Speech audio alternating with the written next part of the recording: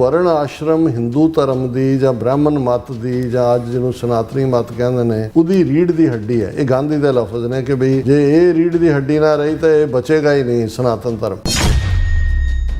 ਤੁਸੀਂ ਇਹ ਦੇਖੋਗੇ ਕਿ 80 ਸਾਲਾਂ 'ਚ ਬ੍ਰਾਹਮਣ ਨੇ ਆਪਣੀ ਡੋਮੀਨੈਂਸ ਤਾਂ ਨਹੀਂ ਛੱਡੀ ਸਿਸਟਮ ਦੇ ਉੱਤੇ। ਭਾਵੇਂ ਕਹਿਣ ਨੂੰ ਰਿਜ਼ਰਵੇਸ਼ਨ ਵੀ ਆ ਗਈ, ਦੂਸਰੇ ਵੀ ਹੋ ਗਏ, ਮੰਡਲ ਕਮਿਸ਼ਨ ਰਿਪੋਰਟ ਵੀ ਆ, ਪਰ ਤੁਸੀਂ Indian judiciary, media, political system ਸਾਰਿਆਂ 'ਚ ਦੇਖੋਗੇ ਤੇ ਤੁਹਾਨੂੰ ਜਿਹੜੀ ਸਪਿਰਿਟ ਆਫ ਦਾ ਕਨਸਟੀਟਿਊਸ਼ਨ ਹੈ ਉਹ ਇੱਕ ਪਾਸੇ, ਲੇਕਿਨ ਜਿਹਨੇ ਉਹਨੂੰ ਇੰਪਲੀਮੈਂਟ ਕਰਨਾ ਹੈ ਉੱਥੇ ਮੰਨੂ ਦੀ ਸਪਿਰਿਟ ਬੋਲ ਰਹੀ ਹੈ। ਹੁਣ ਜੇ ਕਾਕਰੋਚ ਜਨਤਾ ਪਾਰਟੀ ਨੇ ਐਜੂਕੇਸ਼ਨ ਸਿਸਟਮ ਨੂੰ ਰਿਫਾਰਮ ਕਰਨ ਦੀ ਲਾਈਨ ਦੇ ਉੱਤੇ ਇੱਕ ਮੂਵਮੈਂਟ ਖੜੀ ਕੀਤੀ ਤੇ ਜੰਤਰ ਮੰਤਰ ਰੋਡ ਦੇ ਉੱਤੇ ਕੋਈ ਕਾਰਨੀ ਸੈਨਾ ਤੇ ਕੋਈ ਫਲਾਣੇ ਦੇ ਥੱਲੇ ਉੱਥੇ ਆ ਕੇ ਜਿਹੜਾ ਇੱਕ ਮੂਵਮੈਂਟ ਇਹਨਾਂ ਨੇ ਸ਼ੁਰੂ ਕਰਵਾ ਦਿੱਤੀ ਕਿ ਜੀ ਰਿਜ਼ਰਵੇਸ਼ਨ ਨੂੰ ਖਤਮ ਕਰੋ।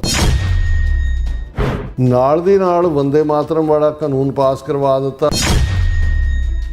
ਇਸ ਮੌਕੇ ਦੇ ਉੱਤੇ ਜੇ ਆਮ ਲੋਕਾਂ 'ਚ ਮਨੂ ਸਮ੍ਰਿਤੀ ਜਾਂ ਵੰਦੇ ਮਾਤਰਮ ਇਹਨਾਂ ਮੁੱਦਿਆਂ ਨੂੰ ਜਿਹੜਾ ਉਹ ਹਾਈਲਾਈਟ ਹੁੰਦੇ ਨੇ ਤੇ ਘੱਟੋ ਘੱਟ ਆਮ ਲੋਕ ਦੇਖਣਗੇ ਵੀ ਇਹ ਜਿਹਨੂੰ ਇਹ ਆਪਣਾ ਸਾਰੇ ਸੰਸਾਰ ਨੂੰ ਇੱਕ ਕੁਟੰਬ ਮੰਨੋ, ਅਸੀਂ ਸਾਰੀ ਦੁਨੀਆ ਦੀ ਏਕਤਾ 'ਚ ਵਿਸ਼ਵਾਸ ਰੱਖਦੇ ਹਾਂ, ਇਹਨਾਂ ਦੀ ਹਕੀਕਤ ਕੀ ਹੈ? ਇਹਨਾਂ ਦੀ ਹਕੀਕਤ ਉਹੀ ਹੈ ਜੋ ਮਨੂ ਸਮ੍ਰਿਤੀ ਨੇ ਕਹੀ ਹੋਈ ਆ। ਇਸ ਬਦਲਦੀ ਦੁਨੀਆ ਵਿੱਚ ਤੁਸੀਂ ਪਿੱਛੇ ਨਾ ਰਹਿ ਜਾਓ। ਹਰ ਘਟਨਾ ਜੋ ਤੁਹਾਡੀ ਜ਼ਿੰਦਗੀ ਤੇ ਅਸਰ ਪਾ ਰਹੀ ਹੈ, ਅਸੀਂ ਉਸ ਬਾਰੇ ਦਵਾਂਗੇ ਤੁਹਾਨੂੰ ਸਟੀਕ ਤੇ ਸਹੀ ਜਾਣਕਾਰੀ। ਤੁਹਾਡਾ ਆਪਣਾ ਹੱਕ ਸੱਚ ਦੀ ਆਵਾਜ਼ TV84। TV84 ਦੇ ਨਾਲ ਜੁੜਨ ਲਈ ਆਪਣਾ ਫੋਨ ਚੁੱਕੋ ਤੇ ਐਪ ਸਟੋਰ ਵਿੱਚ ਜਾ ਕੇ ਡਾਊਨਲੋਡ ਕਰੋ TV84 ਦੀ ਨਵੀਂ ਐਪ। ਇਸ ਐਪ ਤੇ ਤੁਸੀਂ ਦੇਖ ਸਕਦੇ ਹੋ 24 ਘੰਟੇ TV84 ਦਾ ਲਾਈਵ ਚੈਨਲ ਅਤੇ ਨਾਲ ਹੀ ਪੰਜ ਪੰਜਾਬ ਅਤੇ ਦੁਨੀਆ ਭਰ ਦੀਆਂ ਅਹਿਮ ਖਬਰਾਂ। ਫਿਰ ਦੇਰ ਕਿਸ ਗੱਲ ਦੀ, ਹੁਣੇ ਡਾਊਨਲੋਡ ਕਰੋ TV84 ਦੀ ਨਵੀਂ ਐਪ।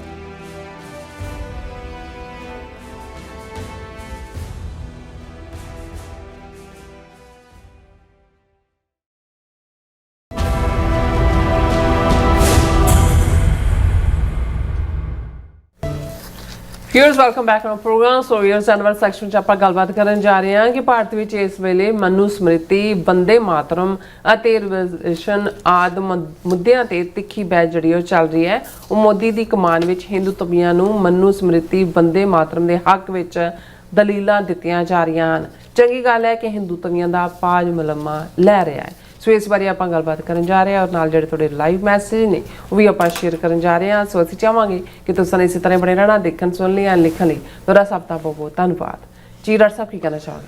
ਦੇਖੋ, RSS ਦੀ ਫਾਊਂਡੇਸ਼ਨ ਜਾਂ ਉਸ ਦੇ ਜਨਮ ਨੂੰ 100 ਸਾਲ ਹੋ ਗਏ ਨੇ ਔਰ ਇਹ ਸਾਰਾ ਹੀ ਵਰ੍ਹਾ ਜਿਹੜਾ ਉਹਨਾਂ ਨੇ ਬੇਸ਼ੱਕ 2025 'ਚ 100 ਸਾਲ ਹੋ ਗਏ, ਪਰ ਅਗਲਾ ਸਾਰਾ ਸਾਲ ਇਹਨਾਂ ਨੇ ਉਹਨੂੰ ਹੀ ਸੈਲੀਬ੍ਰੇਟ ਕਰਨ ਦੀ ਲਾਈਨ ਰੱਖੀ ਹੈ ਔਰ ਉਸੇ ਥੱਲੇ ਹੀ ਮੋਹਨ ਭਾਗਵਤ ਜਿਹੜਾ ਉਹ ਇਹਨਾਂ ਮੁਲਕਾਂ ਦਾ UK, ਅਮਰੀਕਾ, ਕੈਨੇਡਾ ਦਾ ਦੌਰਾ ਵੀ ਕਰ ਰਿਹਾ ਔਰ ਜਿਵੇਂ ਸਾਡੇ ਐਡ ਵੀ ਚੱਲ ਰਹੀ ਹੈ ਕਿ ਸੈਚਰਡੇ 11 ਵਜੇ ਤੋਂ 4 ਵਜੇ ਤੱਕ ਮੈਡੀਸਨ ਸਕੁਆਇਰ ਗਾਰਡਨ ਜਿੱਥੇ ਉਹਨੇ ਬੋਲਣਾ ਉਹਦੇ ਬਾਹਰ ਵੱਡੇ ਪੈਮਾਨੇ ਦੇ ਉੱਤੇ ਸਿੱਖ ਜਥੇਬੰਦੀਆਂ, ਗੁਰਦੁਆਰਾ ਕਮੇਟੀਆਂ ਲਾਮਬੱਧ ਹੋ ਕੇ ਪ੍ਰੋਟੈਸਟ ਕਰ ਰਹੀਆਂ। ਉਸ ਦੇ ਵਿੱਚ ਸ਼ਮੂਲੀਅਤ ਵੀ ਕਰੋ ਔਰ ਉਸ ਦੇ ਨਾਲ ਨਾਲ ਇੱਕ ਗੱਲ ਇਹ ਸਮਝਣ ਵਾਲੀ ਹੈ ਕਿ ਜਦੋਂ ਅਸੀਂ ਸਿੱਖ ਨੁਕਤਾ ਨਿਗਾਹ ਤੋਂ ਦੇਖਦੇ ਹਾਂ ਤਾਂ ਨਾ ਸਾਡੇ ਲਈ ਮਨੂ ਸਮ੍ਰਿਤੀ, ਨਾ ਰਿਜ਼ਰਵੇਸ਼ਨ ਦਾ ਇਸ਼ੂ ਜਾਂ ਫॉर दैट ਰੀਜ਼ਨ ਜਿਹੜੀ ਡਿਬੇਟ ਵੰਦੇ ਮਾਤਰਮ ਜਿਹੜਾ ਰਾਸ਼ਟਰੀ ਗੀਤ ਨੂੰ ਜ਼ਰੂਰੀ ਗਾਣ ਦਾ ਹੁਣ ਜਿਹੜਾ ਉਹਨਾਂ ਨੇ ਲਾਅ ਵੀ ਪਾਸ ਕਰਤਾ ਜਿਹੜਾ ਉਹਨੂੰ ਅਪਮਾਨਿਤ ਕਰੇ ਉਹਨੂੰ 3 ਸਾਲ ਦੀ ਸਜ਼ਾ। ਔਰ ਮੋਦੀ ਨੇ ਆਪਣੀ ਈਵਨ ਲਾਲ ਕਿਲੇ ਵਾਲੀ ਸਪੀਚ ਜਿਹੜਾ ਕਿ ਉਹਨਾਂ ਦਾ ਆਪਣਾ ਨੈਸ਼ਨਲ ਸੈਲੂਟੇਸ਼ਨ ਹੈ ਜੈ ਹਿੰਦ, ਉਹਦੀ ਥਾਂ ਤੇ ਵੰਦੇ ਮਾਤਰਮ ਦੇ ਨਾਲ ਖ਼ਤਮ ਕੀਤੀ ਹੈ। ਸੋ ਹੁਣ ਬਹੁਤ ਸਾਰਿਆਂ ਨੂੰ, ਕਿਉਂਕਿ ਆਪਣਾ ਵੀ ਇੱਕ ਵੱਡਾ ਹਿੱਸਾ ਜਿਨ੍ਹਾਂ ਨੂੰ ਕੋਈ ਬਹੁਤਾ ਪੜ੍ਹਨ ਲਿਖਣ ਦਾ ਸ਼ੌਕ ਨਹੀਂ ਹੈ, ਉਹਨਾਂ ਦੀ ਕੋਈ ਦਿਲਚਸਪੀ ਨਹੀਂ ਹੈ ਕਿ ਵੀ ਵੰਦੇ ਮਾਤਰਮ ਪੜ੍ਹਤਾ ਕਿ ਨਹੀਂ ਪੜ੍ਹਿਆ, ਕਿ ਜਨ ਗਣ ਮਨ ਪੜ੍ਹ ਲਿਆ ਕਿ ਨਹੀਂ ਪੜ੍ਹਿਆ, ਉਹ ਕਿਹਨੇ ਲਿਖਿਆ, ਕਿਉਂ ਲਿਖਿਆ। ਲੇਕਿਨ ਫਿਰ ਵੀ ਜਦੋਂ ਓਵਰਆਲ ਜਿਵੇਂ ਅਸੀਂ ਡਿਸਕਸ ਕਰਕੇ ਹਟੇ ਹਾਂ ਕਿ ਇਸ ਵੇਲੇ ਇੱਕ ਸਿਮਰਿੰਗ ਐਂਗਰ ਹੈ, ਇੱਕ ਅੰਦਰ ਜਿਹੜਾ ਲਾਵਾ ਜਿਹੜਾ ਗਰਮ ਹੈ ਔਰ ਕਿਤੇ ਬਸਟ ਹੋ ਰਿਹਾ, ਕਿਤੇ ਕਾਕਰੋਚ ਜਨਤਾ ਪਾਰਟੀ ਦੇ ਰੂਪ 'ਚ ਹੋ ਰਿਹਾ, ਕਿਤੇ ਇਹ ਹੋ ਰਿਹਾ। ਪਰ ਦੂਸਰੇ ਪਾਸੇ ਹਿੰਦੂ ਤਵੀਆਂ ਦੀ ਜਾਂ RSS ਆਈਡੀਓਲੋਜੀ ਜਿਹੜੀ ਮਨੂ ਸਮ੍ਰਿਤੀ ਦੇ ਵਰਣ ਆਸ਼ਰਮ ਤੇ ਖੜੀ ਹੈ। ਹੁਣ ਮਨੂ ਸਮ੍ਰਿਤੀ ਕਿਸ ਪੀਰੀਅਡ 'ਚ ਲਿਖੀ ਗਈ, ਕਿਵੇਂ ਉਹਦੇ ਬਾਰੇ ਡਿਬੇਟਸ ਹੁੰਦੀਆਂ ਨੇ। ਈਵਨ ਜੀਸਸ ਦੇ ਜਨਮ ਤੋਂ ਵੀ 300 ਸਾਲ ਪਹਿਲਾਂ ਔਰ over A period of time, ਕਿਉਂਕਿ ਜਿਹੜਾ ਸਮ੍ਰਿਤੀ ਲਫ਼ਜ਼ ਧਰਮ ਗ੍ਰੰਥ ਲਈ ਹੁੰਦਾ ਹੈ। ਮਨੂ ਜਿਹੜਾ ਇਸ ਦਾ ਆਥਰ ਹੈ, ਇਹਨੂੰ ਹਿੰਦੂ ਕੋਡ ਦੇ ਤੌਰ ਦੇ ਉੱਤੇ ਬ੍ਰਿਟਿਸ਼ਰਸ ਨੇ ਜਿਹੜੀ ਮਾਨਤਾ ਦਿੱਤੀ। ਹਾਲਾਂ ਵਿਦਿਨ ਸੁਸਾਇਟੀ ਲਗਭਗ 2-3 ਹਜ਼ਾਰ ਸਾਲ ਤੋਂ ਜਿਹੜਾ ਹੈ ਉਹ ਵਰਣ ਆਸ਼ਰਮ ਜਿਹਦਾ ਆਧਾਰ ਮਨੂ ਨੇ ਇਹ ਦਿੱਤਾ ਹੈ ਕਿ ਭਾਈ ਬ੍ਰਹਮਾ ਜਿਹਨੇ ਸ੍ਰਿਸ਼ਟੀ ਬਣਾਈ, ਬ੍ਰਾਹਮਣ ਉਹਦੇ ਮੂੰਹ ਚੋਂ ਨਿਕਲੇ, ਕਸ਼ਤਰੀ ਉਹਦੀ ਛਾਤੀ ਚੋਂ ਨਿਕਲੇ, ਵੈਸ਼ ਉਹਦੇ ਢਿੱਡ ਚੋਂ ਨਿਕਲੇ, ਸ਼ੂਦਰ ਪੈਰਾਂ ਚੋਂ ਨਿਕਲੇ। ਫਿਰ ਇਹਨਾਂ ਸਾਰਿਆਂ ਦਾ ਜਦੋਂ ਮਨੂ ਜਾਂ ਹਿੰਦੂ ਕੋਈ ਕਹਿੰਦਾ ਹੈ ਕਿ ਬਈ ਆਪਣਾ ਧਰਮ ਪਾਲਨ ਕਰਨਾ ਹੈ, ਤਾਂ ਉਹਨਾਂ ਦੇ ਲਈ ਧਰਮ ਹਿਊਮੈਨੀਟੇਰੀਅਨਿਜ਼ਮ ਜਾਂ ਗਲੋਬਲਿਜ਼ਮ ਜਾਂ ਯੂਨੀਵਰਸਲਿਜ਼ਮ ਨਹੀਂ ਹੈ। ਉਹਨਾਂ ਦੇ ਲਈ ਬ੍ਰਾਹਮਣ ਦਾ ਧਰਮ ਜਿਹੜਾ ਉਹ ਅਲੱਗ ਹੈ, ਕਸ਼ਤਰੀ ਦਾ ਅਲੱਗ ਹੈ, ਵੈਸ਼ਯ ਦਾ ਅਲੱਗ ਹੈ, ਸ਼ੂਦਰ ਦਾ ਅਲੱਗ ਹੈ। ਸੋ ਸ਼ੂਦਰਾਂ ਦੇ ਵਿੱਚ ਹੀ ਉਹਨਾਂ ਨੇ ਵੱਡਾ ਹਿੱਸਾ ਤਾਂ ਸੁਸਾਇਟੀ ਦਾ ਬਣਾਇਆ ਹੀ ਬਣਾਇਆ। ਔਰਤਾਂ ਨੂੰ ਵੀ ਜਿਹੜੀ ਆਲਮੋਸਟ ਅੱਧੀ ਪੋਪੂਲੇਸ਼ਨ ਹੈ ਉਹ ਸ਼ੂਦਰ ਕੈਟਾਗਰੀ 'ਚ ਹੀ ਰੱਖੀ। ਫਿਰ ਯੱਗਯੋਪਵੀਤ ਜਿਹੜਾ ਜਨੇਊ ਪਾਉਣਾ ਹੈ ਉਹ ਔਰਤ ਨੂੰ ਹੱਕ ਨਹੀਂ ਹੈ, ਸ਼ੂਦਰ ਨੂੰ ਤਾਂ ਉਹਨਾਂ ਨੇ ਐਨੀਮਲਸ ਤੋਂ ਵੀ ਬਦਤਰ ਰੱਖਿਆ।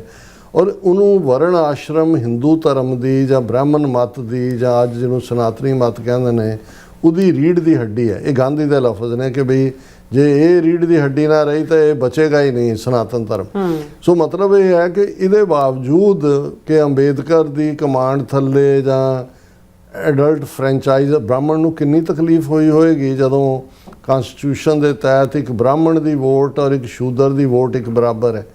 ਲੇਕਿਨ ਤੁਸੀਂ ਇਹ ਦੇਖੋਗੇ ਕਿ 80 ਸਾਲਾਂ 'ਚ ਬ੍ਰਾਹਮਣ ਨੇ ਆਪਣੀ ਡੋਮੀਨੈਂਸ ਤਾਂ ਨਹੀਂ ਛੱਡੀ ਸਿਸਟਮ ਦੇ ਉੱਤੇ। ਭਾਵੇਂ ਕਹਿਣ ਨੂੰ ਰਿਜ਼ਰਵੇਸ਼ਨ ਵੀ ਆ ਗਈ, ਦੂਸਰੇ ਵੀ ਹੋ ਗਏ, ਮੰਡਲ ਕਮਿਸ਼ਨ ਰਿਪੋਰਟ ਵੀ ਆ, ਪਰ ਤੁਸੀਂ Indian judiciary, media, political system ਸਾਰਿਆਂ 'ਚ ਦੇਖੋਗੇ ਤੇ ਤੁਹਾਨੂੰ ਜਿਹੜੀ ਸਪਿਰਿਟ ਆਫ ਦਾ ਕਨਸਟੀਟਿਊਸ਼ਨ ਹੈ ਉਹ ਇੱਕ ਪਾਸੇ, ਲੇਕਿਨ ਜਿਹਨੇ ਉਹਨੂੰ ਇੰਪਲੀਮੈਂਟ ਕਰਨਾ ਹੈ ਉੱਥੇ ਮਨੂ ਦੀ ਸਪਿਰਿਟ ਬੋਲ ਰਹੀ ਹੈ। ਉਹ ਜੱਜਾਂ 'ਚੋਂ ਵੀ ਬੋਲ ਰਹੀ ਹੈ, ਮੀਡੀਆ 'ਚੋਂ ਵੀ ਬੋਲ ਰਹੀ ਹੈ। ਔਰ ਇਹੀ ਕਾਰਨ ਹੈ ਹੁਣ ਜੇ ਕਾਕਰੋਚ ਜਨਤਾ ਪਾਰਟੀ ਨੇ ਐਜੂਕੇਸ਼ਨ ਸਿਸਟਮ ਨੂੰ ਰਿਫਾਰਮ ਕਰਨ ਦੀ ਲਾਈਨ ਦੇ ਉੱਤੇ ਇੱਕ ਮੂਵਮੈਂਟ ਖੜੀ ਕੀਤੀ ਤੇ ਜੰਤਰ ਮੰਤਰ ਰੋਡ ਦੇ ਉੱਤੇ ਕੋਈ ਕਾਰਨੀ ਸੈਨਾ ਤੇ ਕੋਈ ਫਲਾਣੇ ਦੇ ਥੱਲੇ ਉੱਥੇ ਆ ਕੇ ਜਿਹੜਾ ਇੱਕ ਮੂਵਮੈਂਟ ਇਹਨਾਂ ਨੇ ਸ਼ੁਰੂ ਕਰਵਾ ਦਿੱਤੀ ਕਿ ਜੀ ਰਿਜ਼ਰਵੇਸ਼ਨ ਨੂੰ ਖ਼ਤਮ ਕਰੋ। ਹੁਣ ਕਿਉਂਕਿ ਅਭਿਸ਼ੇਕ ਜਿਹੜਾ ਕਾਕਰੋਚ ਜਨਤਾ ਪਾਰਟੀ ਦਾ ਪ੍ਰੈਜ਼ੀਡੈਂਟ ਹੈ ਉਹ ਸ਼ੂਦਰ ਵਰਗ 'ਚੋਂ ਹੈ। ਸੋ ਉਹਨਾਂ ਨੂੰ ਇਹ ਲੱਗਦਾ ਹੈ ਕਿ ਬਈ ਸੁਸਾਇਟੀ ਨੂੰ ਜੇ ਪੋਲਰਾਈਜ਼ ਕਰਨ ਦਾ ਇਹੀ ਤਰੀਕਾ ਹੈ ਕਿ ਰਿਜ਼ਰਵੇਸ਼ਨ ਦੇ ਇਸ਼ੂ ਨੂੰ ਖਤਮ, ਜਿਹਦੇ ਥੱਲੇ ਕਾਫੀ ਲੋਕ ਜਿਹੜੇ ਨੇ ਉਹ ਦੂਸਰੇ ਜਨਰਲ ਕੈਟਾਗਰੀ ਵਾਲਿਆਂ ਨੂੰ ਲੱਗਦਾ ਜੀ ਸਾਡਾ ਹੱਕ ਮਾਰ ਰਹੇ ਨੇ ਜਾਂ ਦੂਜੇ ਨੇ। ਨਾਲ ਦੀ ਨਾਲ ਵੰਦੇ ਮਾਤਰਮ ਵਾਲਾ ਕਾਨੂੰਨ ਪਾਸ ਕਰਵਾ ਦਿੱਤਾ ਔਰ ਇਹ ਹੋਇਆ ਜੀ ਕਿ ਐਤਕੀ ਜਿਹੜਾ ਲਾਲ ਕਿਲੇ ਦੇ ਉੱਤੇ ਔਰ ਵਜਾਇਆ ਵੀ ਉਹਨਾਂ ਨੇ ਵੰਦੇ ਮਾਤਰਮ ਜੀ 150 ਸਾਲਾ ਉਹਦਾ ਪਾਰਟ ਹੈ। ਹੁਣ ਉਹਦੇ 'ਚ ਕਾਂਗਰਸ ਵੀ ਉਲਝੀ ਕਿ ਜੀ ਅਸੀਂ ਵੰਦੇ ਮਾਤਰਮ ਦੇ ਤਾਂ ਜਿਹੜੇ ਨੇ ਉਹ ਅਖੀਰ 2 ਸੈਂਟੈਂਸ ਹੀ ਪੜ੍ਹਨੇ ਨੇ ਜਿਹੜੇ ਕਾਂਗਰਸ ਸੈਸ਼ਨ ਵੇਲੇ ਪੜ੍ਹੇ ਜਾਂਦੇ ਸੀ। ਇਹ ਡਿਬੇਟ ਆਪਣੀ ਥਾਂ 'ਤੇ ਅਨਲੀਸ਼ ਕਰਤੀ ਵੰਦੇ ਮਾਤਰਮ। ਹੁਣ ਪੂਨੇ ਦੇ ਅੱਜ ਕੱਲ੍ਹ ਰਾਹੁਲ ਗਾਂਧੀ ਲੱਗਿਆ ਹੋਇਆ ਕਿ ਜੀ ਅਸੀਂ ਹੁਣ ਹਰ ਇੱਕ ਨੂੰ ਲੱਗਦਾ ਵੀ ਜੈਨ ਜ਼ੀ ਔਰ ਦੂਸਰੇ ਨੂੰ ਤੁਸੀਂ ਐਜ਼ ਏ ਵੋਟ ਬੈਂਕ ਵੀ ਫਿਊਚਰ ਦਾ ਦੇਖੋ। ਉਹਨੇ ਇੱਕ ਲੇਡੀਜ਼ ਦੇ ਨਾਲ ਹੀ ਰੱਖਿਆ ਸਟੂਡੈਂਟਸ ਜਿਹੜੀਆਂ ਸੀ ਯੂਨੀਵਰਸਿਟੀਆਂ ਕਾਲਜ ਦੂਜੇ ਕਿ ਜੀ ਔਰਤਾਂ ਦੇ ਉਹਦੇ 'ਚੋਂ ਮਨੂ ਸਮ੍ਰਿਤੀ ਲੈ ਕੇ ਆ ਗਿਆ। ਹੁਣ ਉੱਥੇ ਉਹਨੇ ਇਹ ਕਿਹਾ ਕਿ ਦੇਖੋ ਮਨੂ ਨੇ ਕਿੰਨੀਆਂ ਔਰਤਾਂ ਦੇ ਨਾਲ ਜਿਹੜਾ ਹੈ ਔਰਤਾਂ ਪ੍ਰਤੀ ਉਹਦਾ ਕਿੰਨਾ ਵਿਤਕਰੇ ਭਰਿਆ ਜਿਹੜਾ ਪਾਰਟ ਹੈ। ਔਰ ਉਸ ਦੇ ਉੱਤੇ ਉਹਨੇ ਫਿਰ ਕੋਟ ਕੀਤਾ ਕਿ ਮਨੂ ਨੇ ਕਿਹਾ ਵੀ ਔਰਤ ਨੂੰ ਕਦੇ ਇਕੱਲਾ ਨਾ ਛੱਡੋ, ਪਹਿਲਾਂ ਉਹਦਾ ਪਿਓ, ਫਿਰ ਘਰ ਵਾਲਾ, ਫਿਰ ਪੁੱਤਰ, ਔਰ ਉਹ ਸਾਰਿਆਂ ਨੂੰ ਕੋਟ। ਹੁਣ ਇਸ ਵੇਲੇ ਜਿਹੜੇ ਔਰ ਇਹ ਜਿਹੜੀ RSS ਹੈ ਨਾ ਇਹਨਾਂ ਨੇ ਕਦੇ ਭਾਰਤੀ ਸੰਵਿਧਾਨ ਨੂੰ ਮੰਨਿਆ ਸੀ। ਉਸ ਪੀਰੀਅਡ 'ਚ ਵੀ ਇਹਨਾਂ ਦਾ ਸੰਵਿਧਾਨ ਮਨੂ ਸਮ੍ਰਿਤੀ ਹੈ। ਇਸੇ ਤਰ੍ਹਾਂ ਇਹਨਾਂ ਨੇ ਤਿਰੰਗੇ ਨੂੰ ਵੀ ਨਹੀਂ ਸੀ ਕਿੰਨੇ ਸਾਲ 40 ਸਾਲ ਤੋਂ ਉਹਨਾਂ ਨੇ ਆਪਣੇ ਹੈੱਡਕੁਆਟਰ 'ਤੇ ਝੁਲਾਇਆ ਹੀ ਨਹੀਂ, ਕਿਉਂਕਿ ਮਨੂ ਸਮ੍ਰਿਤੀ ਦੇ ਥੱਲੇ ਜਿਹੜਾ ਹਿੰਦੂ ਇਹਨਾਂ ਦਾ ਹਿੰਦੂਤਵ ਹੈ ਜਾਂ ਜਿਹਨੂੰ ਸਨਾਤਨ ਹੁਣ ਕਹਿੰਦੇ ਨੇ ਉਹਦੀ ਪਤਾਕਾ ਤਾਂ ਉਹੀ ਹੈ, ਭਗਵਾ ਜਿਹੜਾ ਉਹਨਾਂ ਦਾ ਝੰਡਾ ਉਹੀ ਉਹ ਚਲਾਉਂਦੇ ਰਹੇ। ਸੋ ਕੁੱਲ ਮਿਲਾ ਕੇ ਇੰਟਰਸਟਿੰਗ ਹੈ ਡਿਬੇਟ ਕਿ ਬਈ ਘੱਟੋ ਘੱਟ ਜੇ ਹੁਣ ਆਪੋਜੀਸ਼ਨ ਇੰਨੀ ਕੁ ਹਿੰਮਤ ਜੁਟਾ ਪਾਈ ਹੈ ਕਿ ਮਨੂ ਸਮ੍ਰਿਤੀ ਹੱਥ, ਔਰ ਇਹ ਨਹੀਂ ਹੈ ਵੀ ਉੱਥੇ ਵਾਲਿਆਂ ਨੂੰ ਪਤਾ ਨਹੀਂ ਹੈ 1920 ਦੇ ਵਿੱਚ ਡਾਕਟਰ BR ਅੰਬੇਦਕਰ ਜਿਨ੍ਹਾਂ ਦਾ ਇਹ ਕਹਿਣਾ ਸੀ ਕਿ ਜਦੋਂ ਤੱਕ ਇਹਨਾਂ ਦੇ ਵੇਦ ਸ਼ਾਸਤਰ ਸਿਮਰਤੀਆਂ ਗ੍ਰੰਥ ਸਾਰੇ ਸਾੜ ਕੇ ਇਸ ਧਰਤੀ ਤੋਂ ਖਤਮ ਨਹੀਂ ਕਰ ਦਿੱਤੇ ਜਾਂਦੇ, ਇਹ ਜਿਹੜੀ ਡਿਸਕ੍ਰਿਮੀਨੇਸ਼ਨ ਹੈ ਇਹ ਖਤਮ ਨਹੀਂ ਹੋ ਸਕਦੀ। ਔਰ 1920 ਚ ਉਹਨਾਂ ਨੇ ਇੱਕ ਦਿਨ ਮਿੱਥਿਆ ਸੀ ਜਿਹਦੇ ਥੱਲੇ ਉਹ ਮਨੂ ਸਮ੍ਰਿਤੀ ਨੂੰ ਸਾੜਦੇ ਸੀ, ਔਰ 47 ਤੋਂ ਬਾਅਦ ਵੀ ਇਵੇਂ ਰਿਹਾ। ਹੁਣ ਇਹ ਹਟ ਉੱਡ ਗਿਆ ਨੇ। ਹੁਣ ਹਾਲਾਤ ਇਹ ਨੇ ਕਿ ਜਿਹੜਾ ਪੰਜਾਬ ਦਾ ਸਾਡਾ ਦਲਿਤ ਭਾਈਚਾਰਾ ਇੱਕ ਤਬਕਾ ਖਾਸ ਤੌਰ ਤੇ ਦੁਆਬੇ 'ਚ, ਉਹ ਇਹਨਾਂ ਦੇ ਟੂਲ ਬਣ ਗਏ ਜੀ। ਅਸੀਂ ਸਤਿਗੁਰੂ ਰਵਿਦਾਸ ਏਅਰਪੋਰਟ ਖੋਲ੍ਹ ਦਿੱਤਾ, ਵਾਰਾਣਸੀ ਐਕਸਪ੍ਰੈਸ ਸ਼ੁਰੂ ਕਰਤਾ, ਇਹ ਫਲਾਣਾ ਕਰਤਾ, ਉਹ ਸਿਆਸੀ ਲਾਹਾ ਲੈਣ ਲਈ, ਵੋਟਾਂ ਲੈਣ ਲਈ ਜਿਹੜਾ ਉਹ ਸਾਰਾ ਕੰਮ ਹੈ। ਪਰ ਇਹਨਾਂ ਨੂੰ ਅਦਰਵਾਈਜ਼ ਜਿਹੜਾ ਪੰਜਾਬ ਜਾਂ ਸਿੱਖ ਧਰਮ ਜਾਂ ਜਿਨ੍ਹਾਂ ਨੇ ਸਭ ਤੋਂ ਜ਼ਿਆਦਾ ਹਕੂਕ ਦਿੱਤੇ ਨੇ, ਇਹ ਠੀਕ ਹੈ ਸੋਸ਼ਲ ਬਾਇਸ ਹੁੰਦਾ ਹੈ, ਉਹ ਕੰਡੈਮਨੇਬਲ ਹੈ, ਲੇਕਿਨ ਇੱਕ ਪਾਸੇ ਬੀਜੇਪੀ ਵਿਦਨ ਇਸ ਸਾਰੇ ਨੂੰ ਵੀ ਟੂਲ ਬਣਾ ਕੇ ਇੱਕ ਆਪਣੇ ਜਿਹੜਾ ਇਸਤੇਮਾਲ ਕਰ ਰਹੀ ਹੈ। ਦੂਸਰੇ ਪਾਸੇ ਇੱਕ ਵੱਡੇ ਲੈਵਲ ਦੇ ਉੱਤੇ ਭਾਵੇਂ ਉਹ ਕਾਂਗਰਸ ਹੈ ਜਾਂ ਦੂਸਰੀਆਂ ਧਿਰਾਂ ਨੇ, ਜਿਵੇਂ ਅਸੀਂ ਜ਼ਿਕਰ ਕਰਕੇ ਹਟੇ, ਜੇ ਤੇਲੰਗਾਨਾ ਦਾ ਚੀਫ ਮਿਨਿਸਟਰ ਕਹਿੰਦਾ ਕਿ ਭਾਈ ਇਹ ਤਾਂ ਬਿਲਕੁਲ ਗੁਜਰਾਤ ਦਾ ਚੀਫ ਮਿਨਿਸਟਰ ਜਾਂ ਹਿੰਦੂਤਵਾ ਦਾ ਹੀ ਚੀਫ ਮਿਨਿਸਟਰ ਬਣਿਆ ਹੋਇਆ ਕਿ ਭਾਈ ਇਹ ਕਿਸੇ ਦਾ ਵਿਕਾਸ ਹੀ ਨਹੀਂ ਚਾਹੁੰਦਾ। ਸੋ ਇਸ ਮੌਕੇ ਦੇ ਉੱਤੇ ਜੇ ਆਮ ਲੋਕਾਂ 'ਚ ਮਨੂ ਸਮ੍ਰਿਤੀ ਜਾਂ ਵੰਦੇ ਮਾਤਰਮ ਇਹਨਾਂ ਮੁੱਦਿਆਂ ਨੂੰ ਜਿਹੜਾ ਹੈ ਉਹ ਹਾਈਲਾਈਟ ਹੁੰਦੇ ਨੇ, ਤੇ ਘੱਟੋ ਘੱਟ ਆਮ ਲੋਕ ਦੇਖਣਗੇ ਵੀ ਇਹ ਜਿਹਨੂੰ ਇਹ ਆਪਣਾ ਸਾਰੇ ਸੰਸਾਰ ਨੂੰ ਇੱਕ ਕੁਟੰਬ ਮੰਨੋ, ਅਸੀਂ ਸਾਰੀ ਦੁਨੀਆ ਦੀ ਏਕਤਾ 'ਚ ਵਿਸ਼ਵਾਸ ਰੱਖਦੇ ਹਾਂ, ਇਹਨਾਂ ਦੀ ਹਕੀਕਤ ਕੀ ਹੈ? ਇਹਨਾਂ ਦੀ ਹਕੀਕਤ ਉਹੀ ਹੈ ਜੋ ਮਨੂ ਸਮ੍ਰਿਤੀ ਨੇ ਕਹੀ ਹੋਈ ਹੈ। ਉਹ ਔਰਤਾਂ ਪ੍ਰਤੀ ਹੋਏ, ਉਹ ਸ਼ੂਦਰਾਂ ਪ੍ਰਤੀ। ਔਰ ਇਹ ਗੱਲ ਕਰ ਲਈ ਇਹ ਨਹੀਂ, ਮੋਹਨ ਭਾਗਵਤ ਉਹਦੀ ਇੱਕ ਪਬਲਿਕ ਸਟੇਟਮੈਂਟ ਸੀ ਜਦੋਂ ਨਿਰਭਇਆ ਜਿਹੜਾ ਉਹ ਰੇਪ ਕਾਂਡ ਹੋਇਆ, तो उन्हें कहा कि दो भारत हैं, एक भारत एक इंडिया। इंडिया में रेप होता है, भारत में नहीं। मतलब ये है कि ईवन जी सिटी सिविलाइजेशन है उन्होंने इंडिया कह रहा है कि जी ये खुले लिबरल और दूजे तीजे गल्लां कर इत्थे ही रेप होणगे। भारत का मतलब ये है कि जिहड़े मनु समृति नूं मनण वाले, रामचरित मानस की कथा करने वाले जां उस सारे दा हिंदूत्ववाद दे जिहड़े सपोर्टर ने। सो ये दिलचस्प है कि सोसाइटी दे विच ये डिबेट चल रही है। हुण देखना ये होएगा कि किन्नी क दम दे नाल जिहड़ी मेजोरिटी है उन्हां दी, और मेजोरिटी दे विच जिवें असीं अगे भी जिक्र कीता सी कि 4.5-5% ब्राह्मण ने भारतीय समाज दे विच। जे जनरल क्षत्रिया भी मिला लो 12-13% तो ज़्यादा नहीं होने। 85% जिन्हां लई कांशी राम ने लफज बहुजन कहा सी वो ने। हुण इस सारे च जे मनु समृति की समझ चंगी तरह आ जाए, इन्हां नूं वंदे मातरम दी आ जाए, इस सारे सिस्टम दी आ जाए, तो फिर अल्टीमेटली ट्रूथफुली जे तुरनगे तो सिख धर्म वो थां है जिहदे थल्ले जदों ईवन जिन्हां नूं शूदर बना के जां औरतां दे हक्कां दी गल हुंदी है, सिख धर्म ही उस धरती दे उत्ते जिहड़ा है जिस नूं जे कोई प्रॉपर कल नूं इस डिबेट दे विच एक ऑनेस्ट डिबेट होएगी तो मेजोरिटी जिहड़ी है फिर इधर नूं ही आएगी जिथे कि सो क्यों बद्दा आखिए जित जम्मे राजान दे नाल औरतां दे हकूक ने। तो जिन्हां नूं शूदर बनाया होया है उन्हां प्रथाएं जदों गुरु नानक पातशाह ये फरमाउंदे ने, नीचा अंदर नीच जात, नीची हूँ अत नीच, नानक तिनके संग साथ, वड्डियां स्यो क्या रीस, जिथे नीच समालियन तिथे नदर तेरी बख्शीश।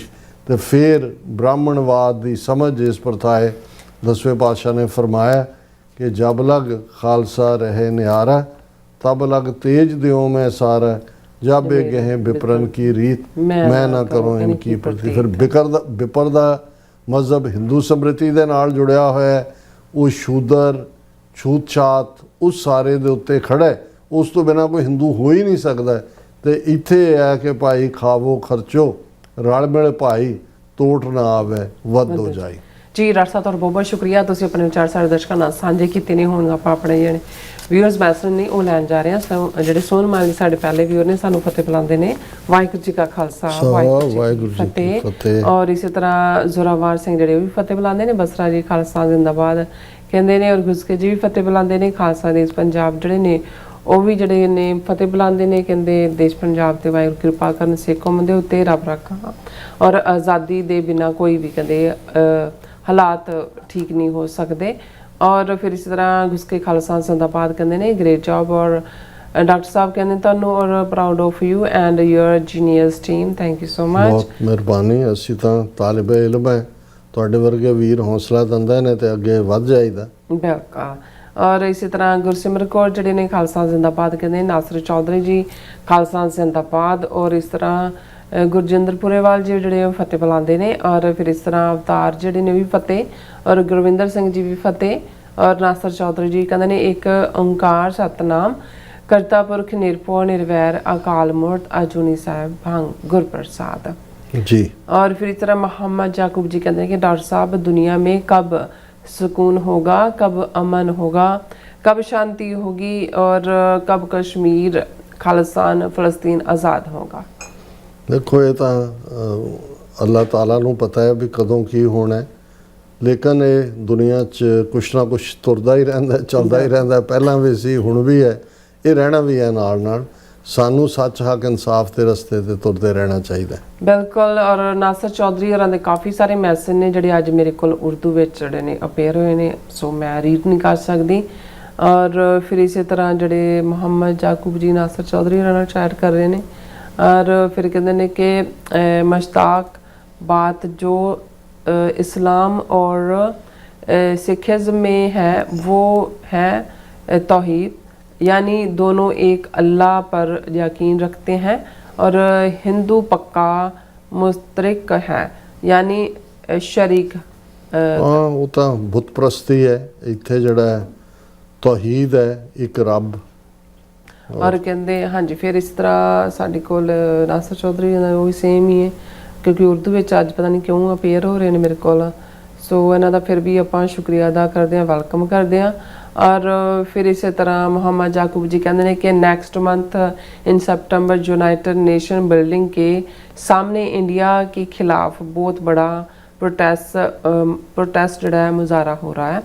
और खुश्क जड़े ने वो भी खालसा सितंबर तो दूर है जे, पहला असी medicine square garden coming Saturday 11 बजे तो 4 बजे तक मोहन भागवत के खिलाफ वड्डे पैमाने ते प्रोटेस्ट है। बिल्कुल। फिर कहते हैं कि मोहम्मद याकूब जी कहते खालिस्तान इज़ ऑलरेडी देयर, बस इंडिया से आज़ाद ही करवाना है।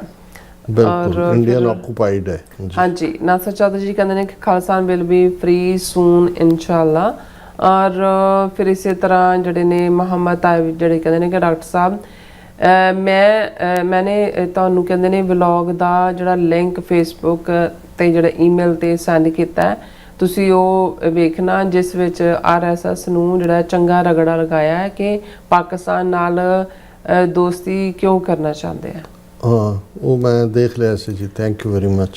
और फिर जड़े ने मोहम्मद याकूब जी कहते हैं कि जिस तरह खालिस्तान पाकिस्तान की दोस्ती होनी चाहिए उस तरह हो नहीं रही, आपस में कंडीशंस बहुत ज़्यादा ज़रूरी है, कोऑर्डिनेशन सॉरी बहुत ज़्यादा ज़रूरी है। और जस्टरडे पाकिस्तान डे परेड में डॉक्टर साहब आपको आना चाहिए था, कहते कम से कम जड़े हैं 20 खालसा को लेकर डॉक्टर साहब को ਜਿਹੜੇ ਪਾਕਿਸਤਾਨ ਸਾਨੂੰ ਕਿਸੇ ਨੇ ਜਿਹੜਾ ਇਨਵਾਈਟ ਵੀ ਨਹੀਂ ਕੀਤਾ ਤੇ ਇਨਫੋਰਮ ਵੀ ਨਹੀਂ ਕੀਤਾ, ਕਹਿੰਦੇ ਮੈਨਹਟਨ में ਜਿਹੜੇ ਜਾਣਾ चाहिए था। ਉਸ ਤੋਂ ਪਹਿਲਾਂ ਵੀ ਇੱਕ ਪੈਰੇਡ ਹੋਈ ਹੈ, ਸੋ ਆਈ ਵਾਸ ਨਾਟ ਅਵੇਅਰ ਕਿ ਪਿਛਲੇ ਕੱਲ ਪੈਰੇਡ ਹੈ ਨਿਊਯਾਰਕ ਵਿੱਚ ਜਿਹੜੀ ਕਹਿੰਦੇ ਹੋਈ ਹੈ। ਔਰ ਫਿਰ ਇਸ ਤਰ੍ਹਾਂ ਕਿਰਪਾਲ ਜਿਹੜੇ ਨੇ ਉਹ ਕਹਿੰਦੇ ਨੇ ਕਿ ਹੱਕ ਸੱਚ ਧਰਮ ਭਲੇ ਤੇ ਇਨਸਾਫ ਨੂੰ ਮੁੱਖ ਰੱਖ ਕੇ ਲੜੀ ਜੰਗ ਹੀ ਮਨੁੱਖਤਾ ਨੂੰ ਆਜ਼ਾਦੀ ਦੀ ਮੰਜ਼ਿਲ ਤੱਕ ਲੈ ਜਾਂਦੀ ਹੈ। ਜਿੱਤਣ ਲਈ ਅਕਾਲ ਦੀ ਸੱਚੀ ਫੌਜ ਦੀ ਓਟ ਬਹੁਤ ਜ਼ਰੂਰੀ ਹੈ। ਖਾਲਸੇ ਬਣ ਕੇ ਆਪਣੀ ਜੰਗ ਨੂੰ ਫਤਿਹ ਵਿੱਚ ਬਦਲ ਕੇ ਰਾਜ ਭਾਗ ਦੇ ਮਾਲਕ ਬਣ। ਔਰ ਕਹਿੰਦੇ ਕੌਮੀ ਨਹੀਂ ਪੰਥੀ ਬਣੋ ਭਾਈ, ਤੁਹਾਡੇ ਸਿਧਾਂਤ ਤੇ ਨਿਆਰਾਪਨ ਹੀ ਤੁਹਾਡੀ ਫਤਿਹ ਹੈ, ਤੁਹਾਡਾ ਬਾਣਾ ਤੇ ਬਾਣੀ ਹੀ ਤੁਹਾਡੀ ਫਤਿਹ ਹੈ।